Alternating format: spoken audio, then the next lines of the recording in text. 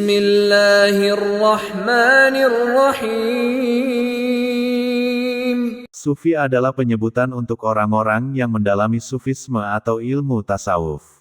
Sufi adalah asal kata dari tasawuf, ada sejumlah versi berbeda dalam mengartikan apa itu sufi atau tasawuf, yaitu: pertama, kata sufah, yang berarti emperan Masjid Nabawi yang didiami oleh sebagian sahabat Ansar. Hal ini karena amalia ahli tasawuf hampir sama dengan apa yang diamalkan oleh para sahabat tersebut, yakni mendekatkan diri kepada Allah, dan hidup dalam kesederhanaan. Kedua, ada kata saf yang berarti barisan.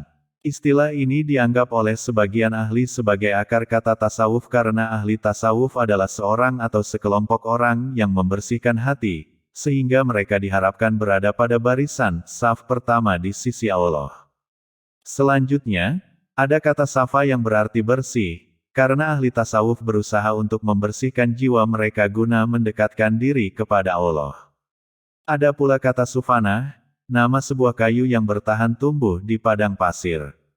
Hal ini karena ajaran tasawuf mampu bertahan dalam situasi yang penuh pergolakan ketika itu, ketika umat muslim terbuai oleh materialisme dan kekuasaan, sebagaimana kayu sufanah yang tahan hidup di tengah-tengah padang pasir yang tandus.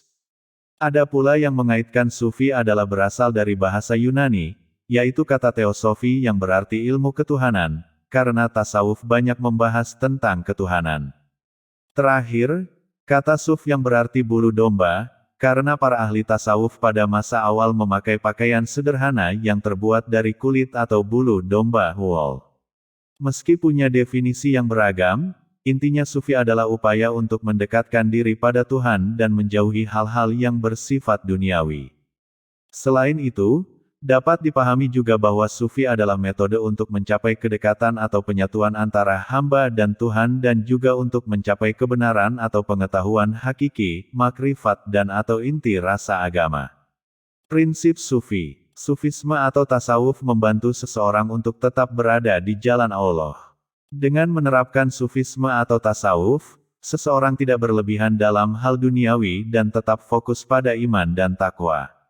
Menurut ahli sufi, Profesor Angha dalam The Hidden Angels of Life, prinsip sufisme yang bisa dilakukan adalah zikir. Zikir adalah proses pemurnian hati, pembersihan dan pelepasan. Orang-orang yang melakukan zikir bertujuan mendekatkan diri pada Tuhan melalui doa dan melantunkan lafaz zikir. Fikr, meditasi. Saat pikiran bingung atau bertanya-tanya, pusatkan perhatian ke dalam diri dengan berkonsentrasi di satu titik. Meditasi yaitu perjalanan kegiatan mental dari dunia eksternal menuju esensi diri. Sahar, bangkit. Membangkitkan jiwa dan tubuh sebagai proses mengembangkan kesadaran mata dan telinga.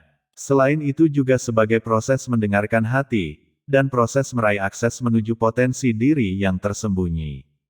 Jui, merasa lapar. Merasakan lapar hati dan pikiran untuk bertahan mencari dan mendapatkan suatu kebenaran.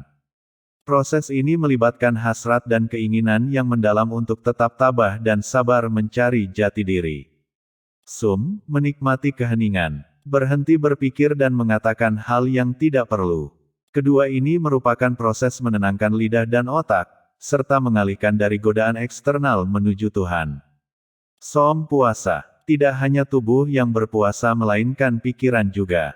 Proses ini termasuk puasa fisik, bermanfaat untuk melepaskan diri dari hasrat dan keinginan otak, serta pandangan atau persepsi indera eksternal. Halwat, bersunyi sendiri. Berdoa dalam kesunyian, baik secara eksternal maupun internal dan melepaskan diri. Bersunyi sendiri tetap bisa juga dekat dengan orang lain atau di tengah orang banyak.